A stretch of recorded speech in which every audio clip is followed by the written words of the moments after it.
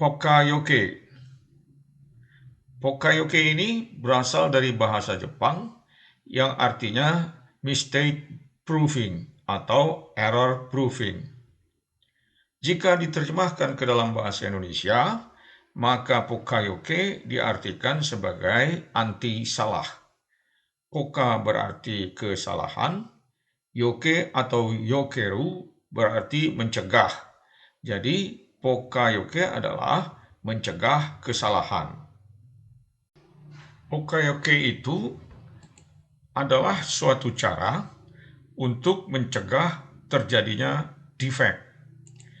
Berikutnya adalah suatu teknik untuk mengeliminasi error apapun. Kemudian adalah tidak mungkin membuat suatu kesalahan. Yang menjadi prinsip di dalam penerapan poka-yoke adalah yang pertama yaitu sama sekali tidak diperkenankan membuat defek atau cacat ataupun defektif atau reject sekecil apapun. Yang berikutnya adalah mengambil alih tugas-tugas berulang yang bergantung kepada kewaspadaan. Maksudnya begini, pekerjaan yang sama dan berulang untuk memproduksi barang secara massal rentan terhadap berbagai kesalahan. Karenanya dibutuhkan poka-yoke. Berikutnya zero defect atau tanpa cacat sama sekali. Sekarang mari kita lihat apa saja sih manfaat dari poka-yoke tersebut. Yang pertama yaitu tidak diperlukan program pelatihan formal. Maksudnya begini, jika Anda tidak ada poka-yoke karena memproduksi secara massal, tentu secara berkala dibutuhkan pelatihan-pelatihan kepada operator atau pada petugas untuk penyegaran atau paling tidak untuk mengingatkan mereka tentang pekerjaan. Dengan poka-yoke, hal tersebut bisa Anda kurangi atau mungkin ditiadakan sama sekali. Yang kedua adalah menghilangkan banyak pekerjaan inspeksi.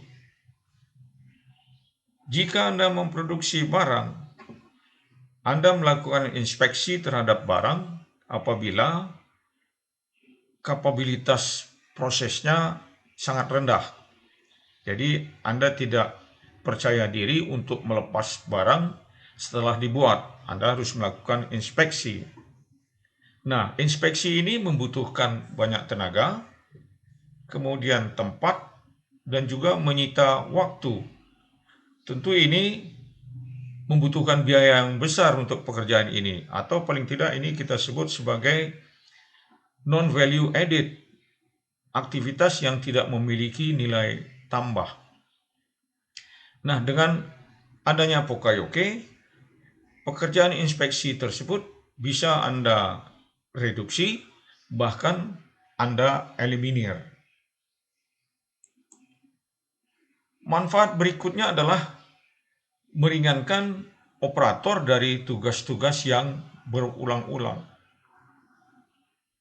Jadi, misalnya tugas untuk pemeriksaan, tugas untuk pencegahan, itu sudah diambil alih oleh poka-yoke. Kemudian meningkatkan value added. Jadi dengan adanya poka-yoke, inspeksi bisa Anda kurangi, artinya proses Anda semakin lean. Artinya meningkatkan value added, nilai tambah dalam proses. Dan kemudian bebas dari defect. Defect ini sangat menjadi yang tidak diinginkan oleh suatu usaha, atau katakanlah ini musuh oleh pengusaha. Yang terakhir adalah memberikan tindakan segera ketika Anda menemukan masalah yang timbul. Itu diantaranya manfaat Pokayoke. Sedari tadi kita temukan dua kata, yaitu defects atau cacat dan error atau kesalahan. Apa hubungan dua kata tersebut?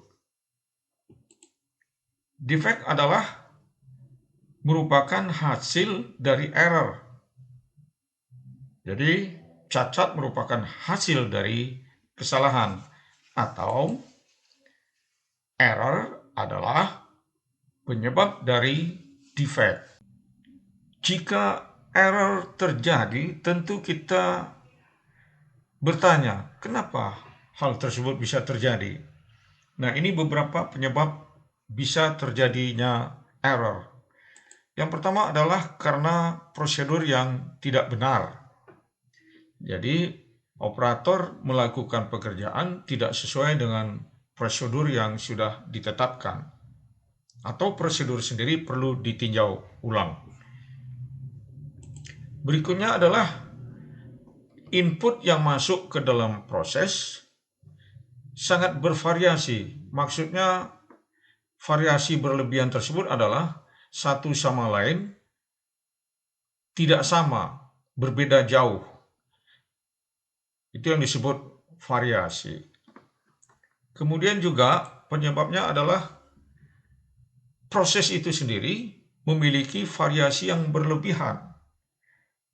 Misalnya Anda inginkan temperaturnya, katakan temperatur kamar plus minus 2 derajat Celcius, tapi faktanya melebihi dari toleransi yang ditetapkan, sehingga itu yang disebut variasi yang berlebihan.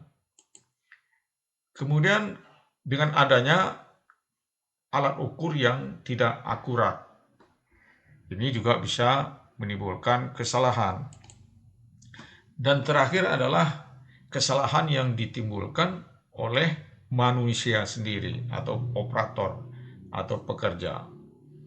Jadi dengan demikian, untuk mencegah error atau kesalahan ini dibutuhkan teknik-teknik Pokayoke yang harus Anda pikirkan dan terapkan.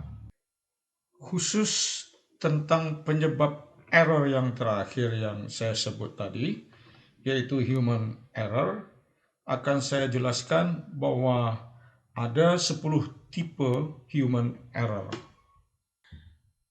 Yang pertama yaitu tidak konsentrasi. Di Jepang, agar konsentrasi ada satu cara yang disebut yubisashi koso. Misalnya, seseorang akan mematikan motor listrik dari panel di mana terdapat beberapa motor dengan masing-masing tombol stop yang berjejer di panel tersebut. Kemudian yang bersangkutan menunjuk satu tombol sambil berucap begini, "Saya akan mematikan motor nomor 10 dengan menekan tombol nomor 10 ini." Kemudian telunjuknya diangkat ke atas dan setelah itu kembali mengarah ke tombol 10 tersebut sambil bertanya sendiri, "Yoika?" Maksudnya, benarkah? Kemudian dia sendiri yang menjawab, "Yos," artinya benar. Barulah kemudian tombol ditekannya. Nah, ketika pertama kali saya melihat hal seperti ini di Asahi Kasei Jepang, saya merasa aneh. Tapi lama-lama menjadi terbiasa karena saya lihat semua orang mempraktekkan hal tersebut. Mungkin hal seperti ini boleh Anda tiru juga ya, tapi mungkin tidak sepenuhnya Anda tiru atau Anda punya versi tersendiri. Silakan. Error yang kedua adalah gagal paham. Mungkin seorang operator tidak memahami SOP atau instruksi secara utuh tentang apa yang sudah diberikan. Oleh karena itu, si pemberi instruksi atau SOP yang ada hendaknya dibuat sedemikian rupa dan dicek feedback-nya dari yang bersangkutan apakah dia paham atau tidak. Ini harus dilakukan oleh misalnya oleh atasannya. Error yang ketiga adalah salah identifikasi. Untuk ini saya kira perlu ada pelatihan-pelatihan kepada operator atau pekerja. Error yang keempat yaitu pekerja tidak terlatih. Tentu untuk mengantisipasi hal seperti ini perlu dilakukan pelatihan-pelatihan secara berkala. Nah, perlu dicatat juga, beberapa saya temukan di industri manufaktur, apabila merekrut karyawan baru untuk operator, biasanya langsung diserahkan kepada operator yang lama. Jadi yang melatih dia adalah teman kerja dia. Saya kira ini kurang pas. Sebaiknya pelatihan itu terpusat oleh pelatih yang memang bertanggung jawab untuk melatih operator. Error kelima yaitu mengabaikan aturan.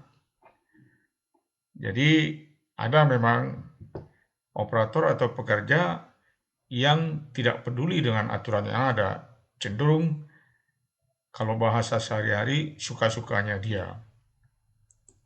Sementara error yang keenam yaitu kelelahan. Nah, ini perlu menjadi catatan. Yang tahu siapa yang lelah adalah tentu atasannya. Jadi atasan juga harus punya keahlian untuk melihat bawahannya atau operator yang menjadi bawahannya apakah fit atau tidak. Perlu catat juga kalau misalnya pekerjanya adalah shift, jangan sampai dari shift pagi sampai shift malam dia bekerja terus. Nah, ini perlu menjadi perhatian. Kemudian error yang ketujuh adalah keputusan lambat datangnya. Jadi operator menunggu keputusan, tapi keputusan itu tidak datang dengan cepat sehingga kesalahan bisa terjadi atau bahkan berlanjut kesalahan tersebut.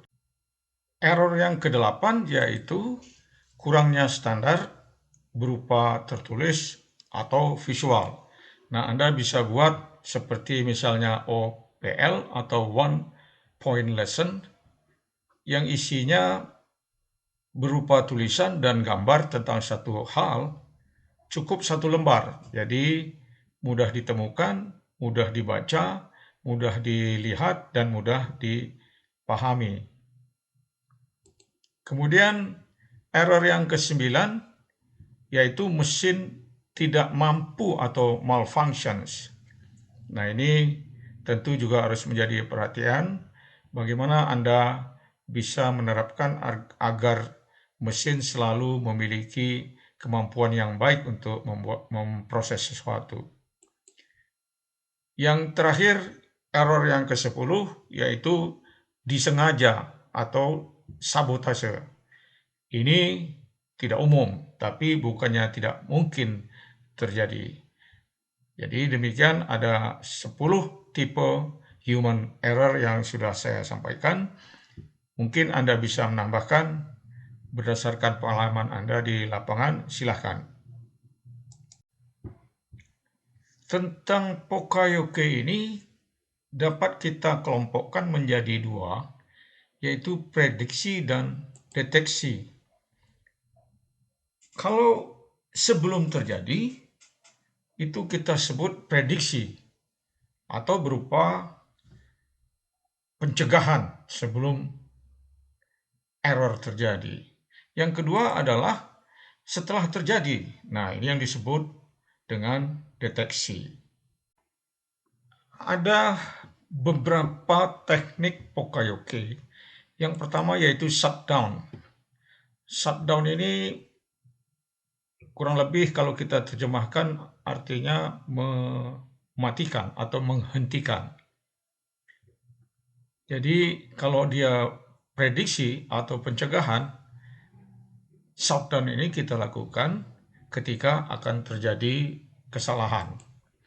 Contohnya misalnya, ada kamera yang tidak akan bisa berfungsi atau tombol tombol tombol menghidupkannya itu apabila cahaya yang masuk kurang, jadi tidak bisa ambil gambar. Kemudian shutdown juga dilakukan setelah kita mendeteksi, yaitu ketika kesalahan atau defect-nya sudah terjadi, sudah ada.